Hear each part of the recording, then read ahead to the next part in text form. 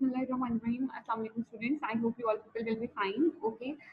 In the previous lecture, we were discussing chapter number 1. Chapter number 1 was basically related to accounting equation.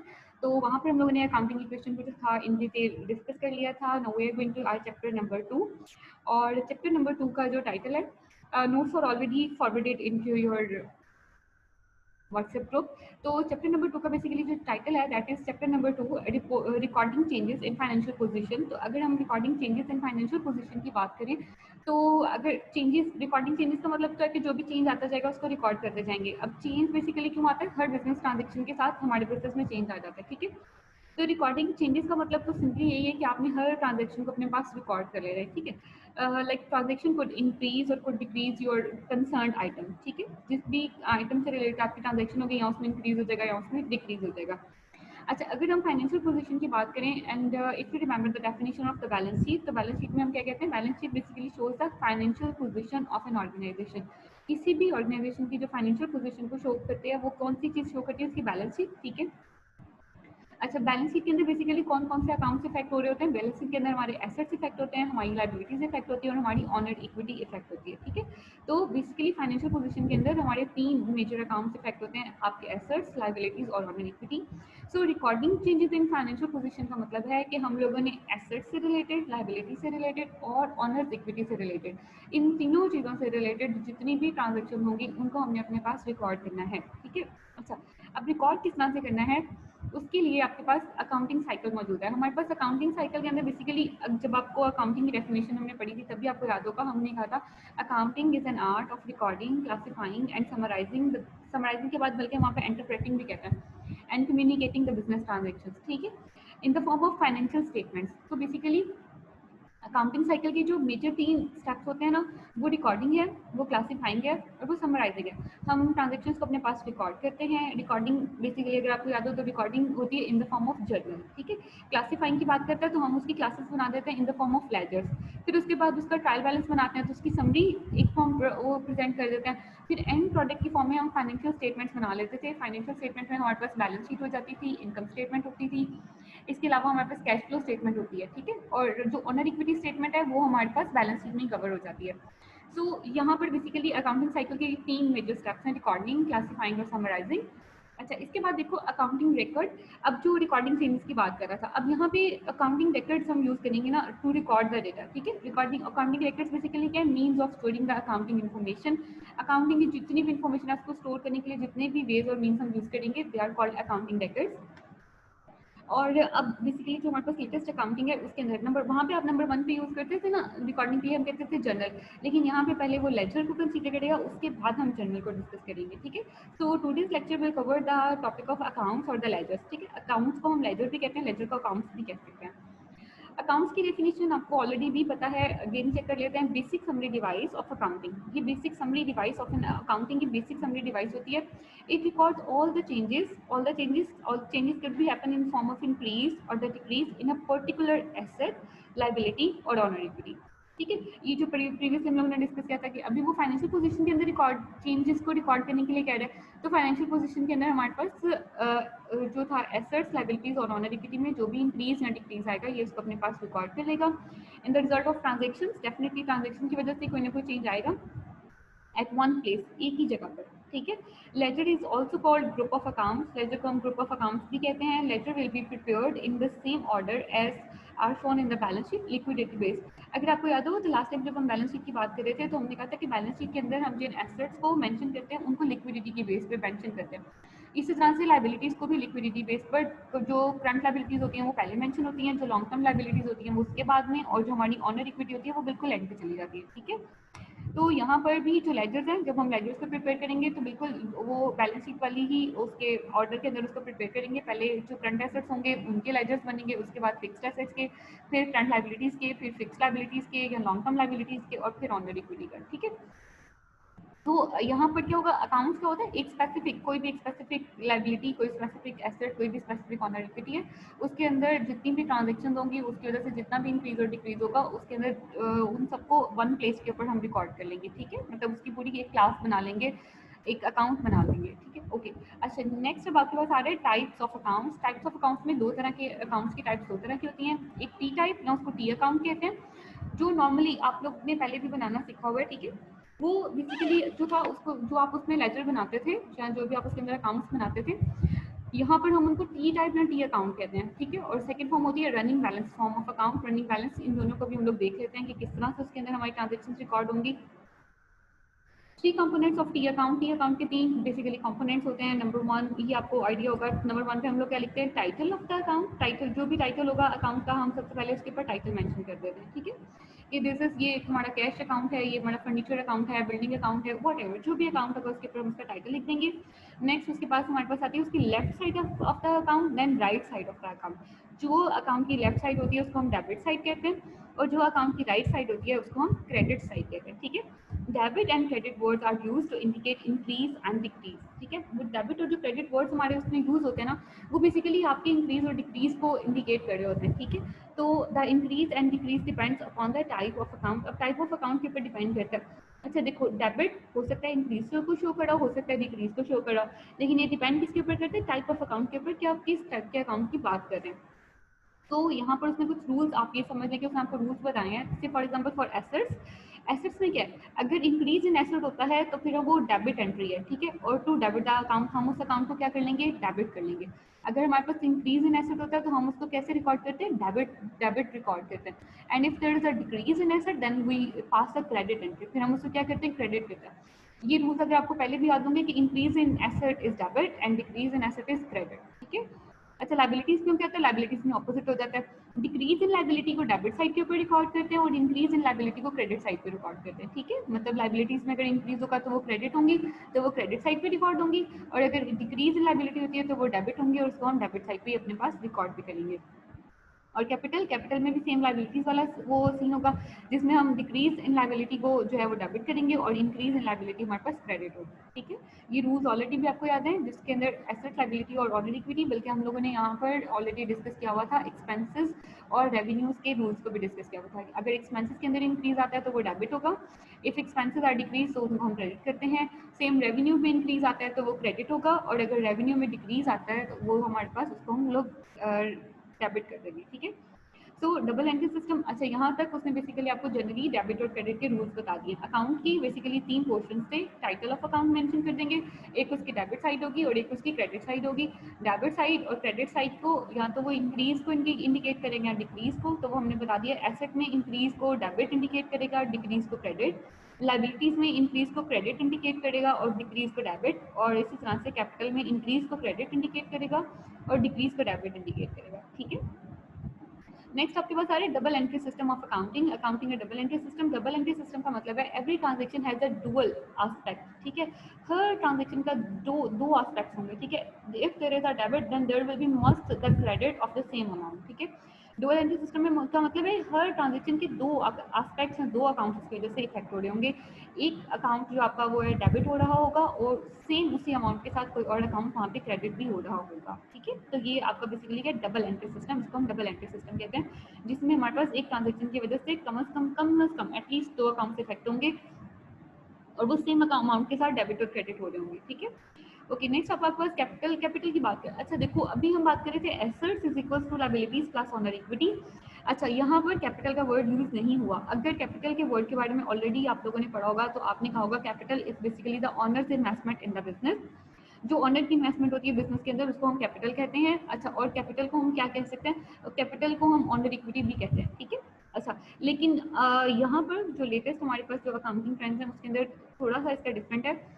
वो कहते हैं capital word is always use in a combination of two words. Capital हमेशा दो words के combination में use होता है। Capital could be in form of investment and capital could be in form of debt, ठीक है।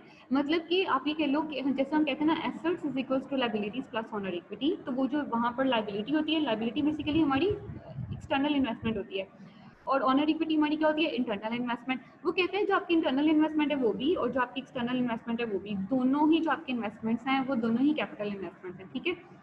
जो आपकी ऑनर इक्विटी में इन्वेस्टमेंट है उसको कैपिटल इन्वेस्टमेंट के साथ डिनोट करते हैं, और जो आपकी लायबिलिटीज के अंदर लॉन्ग टर्म डेट, ये जो कैपिटल डेट की बात कर रहे हैं ना, लॉन्ग टर्म करंट लायबिलिटीज की बात नहीं कर रहे, लॉन्ग टर्म डेट की बात कर रहे हैं, तो जो लॉन्ग टर्म डेट है उसको हम कैपिटल डेट कहते हैं, ठीक है। मतलब कि कैपिटल का वर्ड हमेशा दो उसमें जगह पे यूज होगा कॉम्बिनेशन में, आपके पास एक कैपिटल इन्वेस्टमेंट और कैपिटल डेट के तौर पे यूज होगा।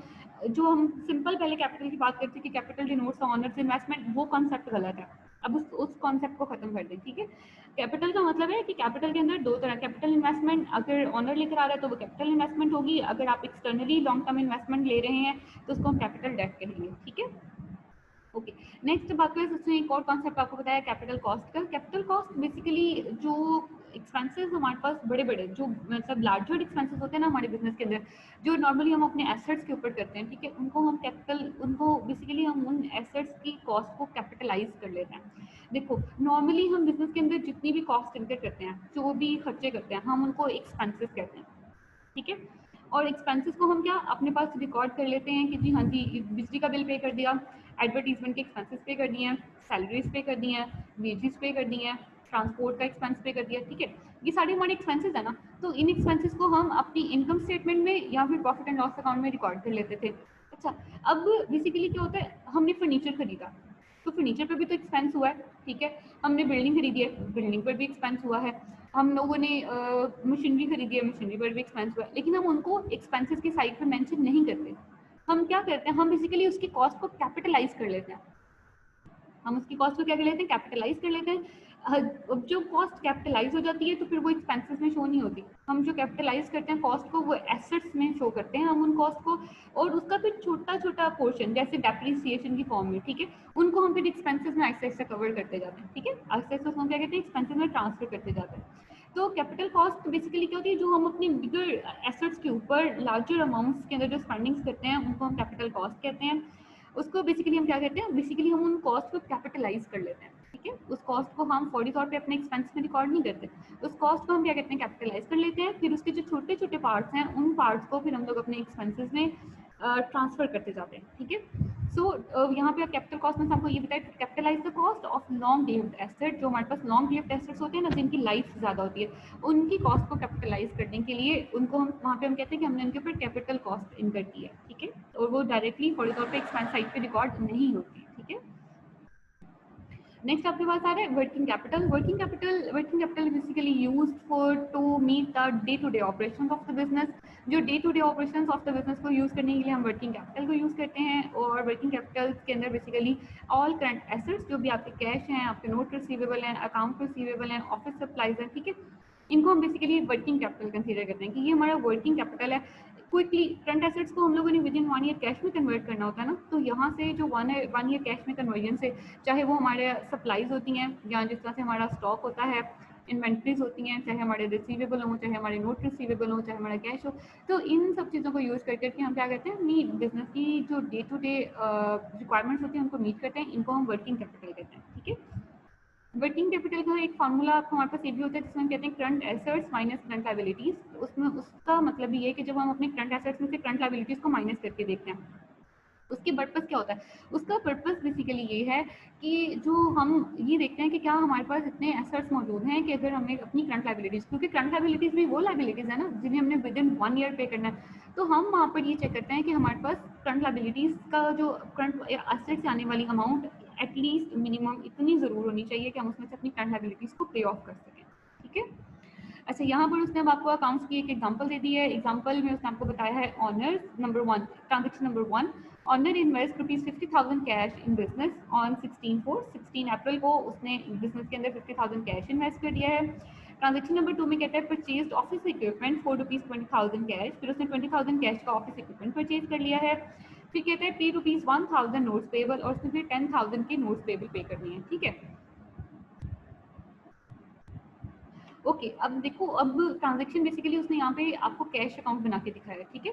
अच्छा, अगर हम टी अकाउंट, ये देखो ये टी अकाउंट है, दिस इज योर टी, ये देखो ये जब हम इसको एक उसके अंदर ऊपर हॉरिजॉन्टल लाइन के साथ वर्टिकल लाइन ड्रॉ करेंगे तो ये हमारा टी अकाउंट बन जाता है। टी अकाउंट के ऊपर सबसे पहले तो हमने उसका टाइटल लिख दिया, ये कैश अकाउंट है, ये इसकी डेबिट साइड, ठीक है, जो इसकी लेफ्ट साइड थी वो इसकी डेबिट साइड है, जो इसकी राइट साइड है वो इसकी क्रेडिट साइड बन गई। अब देखो, सबसे पहले कहते हैं owners invest ₹50,000 cash in business, cash in business क्या है, अब हम ये कैश अकाउंट बना रहे हैं, ठीक है। कैश हमारा क्या है, एसेट। जब ओनर बिजनेस के अंदर 50,000 इन्वेस्ट करेगा तो बिजनेस के अंदर 50,000 रुपये आ जाएंगे, तो ये क्या हो जाएगा, एसेट इंक्रीज हो जाएगा। अगर एसेट इंक्रीज होगा तो फिर हम इंक्रीज इन एसेट को क्या करते हैं, डेबिट साइड के ऊपर रिकॉर्ड कर लेते हैं, ठीक है। अब यहाँ पे जो उसने आपको बताया हुआ था कि जी 16 अप्रैल, ठीक है, 16 अप्रैल में उसने उसकी डेट मेंशन कर दी है, 4th मंथ 16 उसकी डेट मेंशन करके उसने कहा कि जी ये 50,000 कैश हमारे पास डेबिट होकर आ गया है, ठीक है। नेक्स्ट उसने कहा था purchase office equipment for rupees 20,000 cash. 20,000 cash का हम लोगों ने ऑफिस इक्विपमेंट परचेज किया था। अब 20,000 कैश बेसिकली हमारे पास क्या हुआ, चला गया, ठीक है। 20,000 कैश जब परचेज कर लेंगे ऑफिस इक्विपमेंट हमारे पास आ जाएगा और बदले में कैश हमारे पास से क्या होगा, चला जाएगा। अब जो कैश हमारे पास से चला जाएगा, so this cash will be credited. Decrease हो गया ना, एसेट एसेट डिक्रीज हो गया तो उसको क्या करेंगे, क्रेडिट पे लिख देंगे। तो ये 20,000 क्रेडिट पे लिख दिया, डेट सेम रहेगी क्योंकि उसने न्यू डेट मेंशन नहीं की। नेक्स्ट उसने कहा था पे रुपीज 10,000 नोट्स पेबल। अब जब नोट्स पेबल पे करेंगे अगेन हमारे पास कैश और कम हो जाएगा, अगेन हमारे पास कैश कम होगा तो फिर से अगेन 10,000 क्रेडिट पे लिखेंगे, ठीक है। अच्छा, इसके बाद ट्रांजेक्शन्स खत्म हो गई हैं, ट्रांजेक्शन्स खत्म हो गई हैं तो अब हम लोग क्या करेंगे, अब हम लोग इसको बैलेंसिंग कर लेंगे। बैलेंसिंग करनी आपको ऑलरेडी भी आती है, दोबारा से थोड़ा सा आपको नोट करा देती हूँ। पहले हम अपना दोनों अकाउंट्स को टोटल कर लेते हैं, दोनों जो डेबिट साइड है वो भी और अकाउंट की क्रेडिट साइड है उस दोनों को टोटल कर लेते हैं। इसको हम कहते हैं फुटिंग करना, ठीक है। इसको हम कहते हैं footing. Footing basically footing the debit side को फुटिंग करेंगे तो डेबिट साइड के ऊपर एक ही ट्रांजेक्शन है 50,000 की, तो बैलेंस कितना आ गया 50,000, ठीक है। ओके, अब क्रेडिट साइड की बात करते हैं। तो क्रेडिट साइड की अगर हम फुटिंग द क्रेडिट साइड, तो वो क्रेडिट कॉलम देखिए 20,000 ये था और 10,000, 20 प्लस 10 कितना हो गया 30,000, ठीक है। अब डेबिट साइड पे जो बैलेंस है वो 50,000 है, क्रेडिट साइड पे जो बैलेंस है वो 30,000 है। अब डिफरेंस कितने का आ रहा है, 20 का, ठीक है। अगर आपको याद हो तो ये 20,000 हम लोग यहाँ पे लिखा करते थे क्रेडिट साइड के ऊपर, ठीक है। मतलब अपनी टोटल फुटिंग्स में टोटल लिख देते थे और उसके बाद जो 20,000 था वो हम यहाँ पे क्रेडिट में मेंशन कर देते थे। लेकिन हम कहते थे कि ये डेबिट का बैलेंस है क्योंकि डेबिट कॉलम के ज़्यादा अमाउंट होने की वजह से ये बैलेंस वहाँ पर हम लोगों ने क्या किया था, निकाला था ना। लेकिन अब आपको उस तरह से इसको रिकॉर्ड करने की जरूरत नहीं है कि आप इसको क्रेडिट साइड के ऊपर लिखें और कहें कि ये डेबिट बैलेंस है। आप आराम से इसको डेबिट साइड के ऊपर भी नीचे मेंशन कर सकते हैं। हम प्रीवियस जिस तरह से प्रैक्टिस करे थे अकॉर्डिंग टू दैट दोनों साइड की बैलेंसिंग करो और आप अपनी क्रेडिट साइड के ऊपर बैलेंस निकालो और कह दो कि ये डेबिट बैलेंस है, ठीक है। अदरवाइज आप आराम से अपनी फुटिंग्स करें, यहाँ पे 50,000 आ रहा है, यहाँ पे 30,000 आ रहा है, डिफरेंस आपके पास कितना आ रहा है 20, and you know that this 20 is debit balance. देखो डेबिट पे 50,000 है, क्रेडिट पे 30,000 है, इसका मतलब है जो डिफरेंस में 20,000 बच रहा है वो डेबिट का बच रहा है, ठीक है, क्योंकि डेबिट की अमाउंट ज्यादा है। तो आप इसको आराम से डेबिट कॉलम के एंड पे भी लिख सकते हैं कि हाँ जी जी this is the debit balance. Cash का इस टाइम कैश का अगर हम क्लोजिंग बैलेंस की बात करें तो कैश का क्लोजिंग बैलेंस इस टाइम 20,000 है विच इज द डेबिट, ठीक है, वो डेबिट बैलेंस है। और यहाँ पे वो आपको एक और चीज बता रहे हैं, under the normal circumstances of the business के नॉर्मल सर्कमस्टांसेस के अंदर balance of the asset is always debit and balance of the liabilities is always credit. Normal circumstances business के अंदर जितने भी नॉर्मल सर्कमस्टांसेस में होंगे उसके अंदर हमेशा ही आपको अपना एसेट का क्लोजिंग बैलेंस डेबिट ही मिलेगा और लाइबिलिटी का क्लोजिंग बैलेंस क्रेडिट ही मिलेगा, ठीक है। ये कुछ एक्सेप्शनल केसेस होते हैं जिसके अंदर ऑपोजिट में चले जाते हैं, जिसमें बिजनेस शटडाउन में जा रहा है या बिजनेस लॉकडाउन में चला गया है, ठीक है। ऐसी सिचुएशन में हो सकता है कि आप उसके ऑपोजिट बैलेंसेस में चले जाएं, अदरवाइज वो अपने नॉर्मल बैलेंसेस में ही रहते हैं। एसेट्स हमेशा डेबिट में ही मिलेंगे और लायबिलिटीज आपको हमेशा क्रेडिट में ही मिलेंगी। अच्छा, अब ना यहाँ पे आपकी जो सेकंड फॉर्म थी running balance form of the account को भी ट्रांसफर कर लेते हैं। रनिंग बैलेंस फॉर्म में बेसिकली क्या होता है, balance will be updated after every transaction. Her transaction के बाद हम लोग क्या करते हैं, अपने बैलेंस को अपडेट कर लेते हैं। अब देखो यहाँ पर उसी तरह से हमने सबसे पहले क्या लिख दिया, कैश का अकाउंट बनाएंगे। सबसे पहले आएगी आपके पास डेट के अंदर यहाँ पे उसने 2012 की बताई थी, अप्रैल 16 और 16 की दोनों तीनों ट्रांजेक्शन थी। एक्सप्लेनेशन आ जाएगी, उसके बाद रेफरेंस, देन फिर डेबिट कॉलम, देन फिर क्रेडिट कॉलम, देन फिर बैलेंस। अच्छा देखो, अब सबसे पहले जब हमने ट्रांजेक्शन की थी अप्रैल 16 को, उसमें 50,000 बिजनेस में इन्वेस्ट हुए थे। तो डेबिट साइड पे मतलब वो कितना था, इन्वेस्ट हो गए थे बिजनेस में, कैश आ गया था तो वो 50,000 था और इस टाइम पे जो हमारा क्लोजिंग बैलेंस है वो भी क्या है 50,000 ही है। ये देखो उसने इसकी डेफिनेशन में आपको बताया है, balance will be updated after every transaction. Her transaction के बाद हम क्या करेंगे, बैलेंस को अपडेट कर लेंगे, ठीक है। तो जब ट्रांजेक्शन नंबर 1 यहाँ पे कंप्लीट हुई तो 50,000 हमारे पास आया था और 50 क्लोजिंग बैलेंस उस टाइम हमारे पास 50,000 ही था। हर ट्रांजेक्शन के बाद बैलेंस को अपडेट करेंगे। ट्रांजेक्शन नंबर 2 में उसने क्या किया था, उसने ट्रांजेक्शन नंबर 2 में कहा था purchase office equipment for rupees 20,000 का ऑफिस इक्विपमेंट परचेज किया था तो 20,000 बिजनेस में से चला गया तो 20,000 को हम क्या करेंगे, क्रेडिट कर लेंगे, ठीक है। अच्छा, ऑलरेडी बैलेंस में कितने पैसे बढ़े हुए थे 50,000, जिसमें से 20,000 हम लोगों ने ऑफिस इक्विपमेंट परचेज करके पे कर दिए हैं। इस टाइम बैलेंस कितना बच गया आपके पास 30,000, ठीक है। उसने आपको ये कहा था कि हर ट्रांजेक्शन के बाद हम यहाँ पे क्या करेंगे, बैलेंस को अपडेट करेंगे। तो पहली ट्रांजेक्शन के बाद बैलेंस को अपडेट किया तो 50,000, सेकंड के बाद किया तो 30,000 और नेक्स्ट ट्रांजेक्शन नंबर 3 हमारे पास क्या थी, उसने कहा था pay rupees 10,000 two notes payable को 10,000 पे कर दिया था। तो थर्ड ट्रांजेक्शन जो थी हमारे पास अप्रैल 16 की, उसमें भी 10,000 अगेन हमारे पास से बिजनेस में से चला गया था।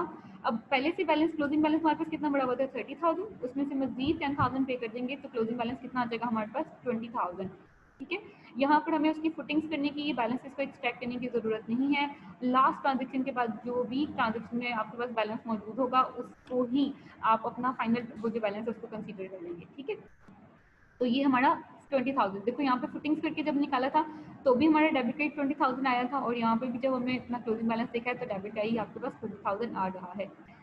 ओके जी, last point from today's class के लिए हम लोग उसकी बात कर लेते हैं, chart of account. Chart of account basically ना एक चार्ट बना हुआ होता है जिसके अंदर सारे अकाउंट्स के नेम्स मेंशन होते हैं along with the numbers.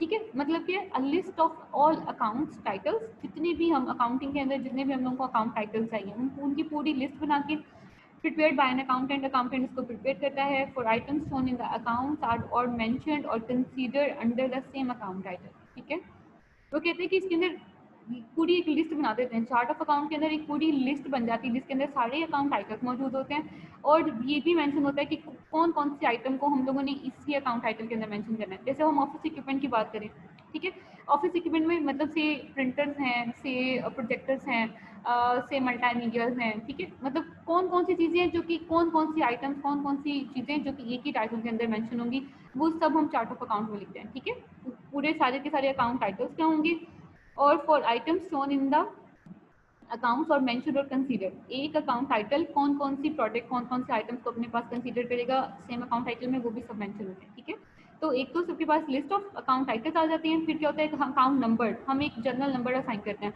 And account number is assign to every account, हर अकाउंट को एक नंबर असाइन हो जाता है on the basis of the logic with a prefix, कोई भी एक प्रीफिक्स हो सकता है किसी भी ऑर्गेनाइजेशन का, उसकी बेस के ऊपर वो उसको एक नंबर असाइन कर देते हैं। तो chart of accounts variations depends upon, chart of account different companies के लिए डिफरेंट चार्ट ऑफ अकाउंट होगा, वो उनके साइज और नेचर ऑफ ऑपरेशन पे डिपेंड करता है। ठीक है, कुछ कंपनीज होंगी जो कि जिनके लिए से ये कंप्यूटर हैं, प्रिंटर्स हैं, वो इनको एक इंडिविजुअल एसेट के तौर पर यूज़ कर रहे होंगे। देखो अब हम इसकी बात करें, फर्नीचर की बात करें, ठीक है, अगर फर्नीचर की बात करें तो जितने भी टेबल, चेयर्स, अलमारियाँ, ऑफिस रैक्स, बुक रैक्स, ठीक है, ये जितनी भी चीज़ें आती हैं सब की सब चीज़ें, सारी की सारी जो इतनी भी आइटम्स हैं ये सारे एक ही हेड में यूज़ हो जाती हैं। ठीक है, ऑफ फर्नीचर के हेड में। हाँ, कौन सी चीज़ें जो ज़्यादा इंपॉर्टेंट है उनके लिए सेपरेट हमें उनको यूज़ करना है, तो ये बेसिकली डिपेंड करेगा साइज और नेचर ऑफ द बिजनेस के ऊपर। तो यहाँ पर हमारा जो था वो पहला टॉपिक कंप्लीट हो गया। नेक्स्ट टॉपिक हम स्टार्ट करेंगे, that will be the second of accounting racket. Accounting racket का भी हम लोगों ने एक पोर्शन जो था वो कंप्लीट किया, दैट इज लेजर। लेजर की हमारे पास दो टाइप्स में हमने डिस्कस के लिए, टी अकाउंट होता है और रनिंग बैलेंस होता है। इसको आप अच्छे तरीके से देख लीजिएगा, अगर इसमें कोई प्रॉब्लम होगा तो इसको डिस्कस करेंगे, और इसके अलावा नेक्स्ट हम लोग इंशाल्लाह जर्नल स्टार्ट करेंगे। ठीक हो गया, so wish you good luck from my side students, take care, हाफिज़।